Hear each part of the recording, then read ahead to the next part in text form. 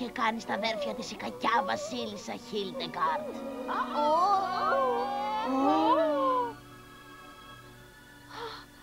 Φτωχά μου αδέλφια, τι σας έκανε αυτή η κακιά μάγισσα?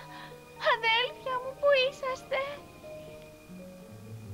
Ενώ η Ελίζα έψαχνε για τα αδέλφια της, τα αδέλφια της έψαχναν για εκείνη. Ελίζα!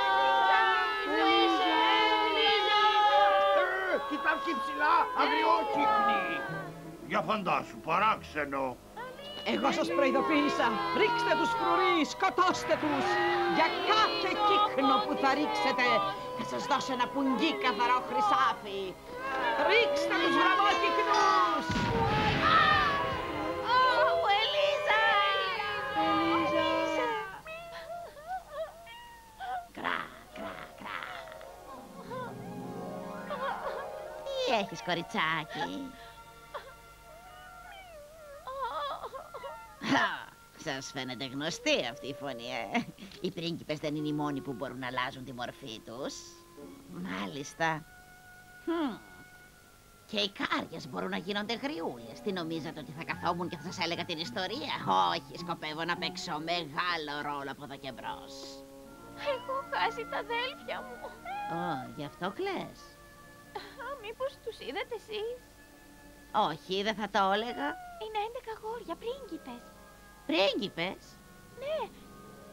Και πρέπει να τους βρω, σας παρακαλώ βοηθήστε με. Κοίτα, 11 πρίγκιπες δεν είδα. Είδα όμως κάτι πάρα πολύ ενδιαφέρον. Εχθές το πρωί είδα 11 κύκνους με χρυσές κορώνες να πετούν από το κάστρο. Όπως ακριβώς το όνειρό μου. Η βασίλισσα τους κυνήγησε, αλλά τις ξέφυγαν. Από ό,τι είδα, τράβηξαν μακριά προς τη θάλασσα. Και έφυγαν για πάντα. Τι, σου φαίνομαι να τα ξέρω όλα? Έλα στο σπίτι μου να ξεκουραστείς λιγάκι και να τσιμπήσεις. Θέλω να πω να φας κάτι. Κρά, κρά. Και μετά μπορείς να πας να βρεις τα αδέρφια σου. Ελίζα! Ελίζα! Ελίζα! Ναι, να που τύχεις, Αφιπίρ! Ελίζα! Πάλι αστόξες, ηλίθιε! Γιατί δεν φοράς γυαλιά? Ελίζα! Λοιπόν, τι νομίζετε? Θα βρει ποτέ η Ελίζα τα αδέρφια της? Και τα αδέρφια της θα ξαναβρούν ποτέ την πρώτη τους μορφή? Δείτε το δεύτερο επεισόδιο των αγριόκυκνων του Hans Christian Andersen και παρακολουθήστε πώς προσπαθεί η Ελίζα να λύσει τα μάγια της μάγισσας.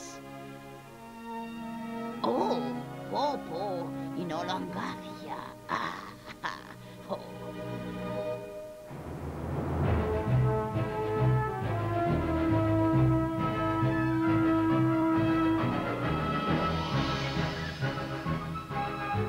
Θα μάθετε ποιοι είναι αυτοί εδώ οι άνθρωποι και για πού τραβάνε με τόση βιασύνη.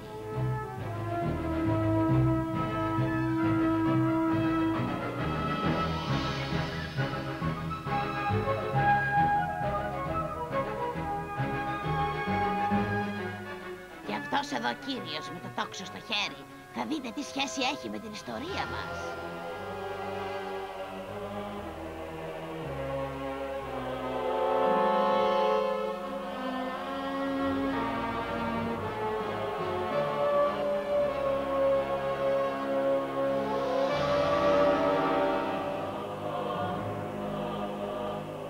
Και θα δείτε τι καινούρια κόλπα έχει φυλαγμένα στο μανίκι της η κακιά βασίλισσα.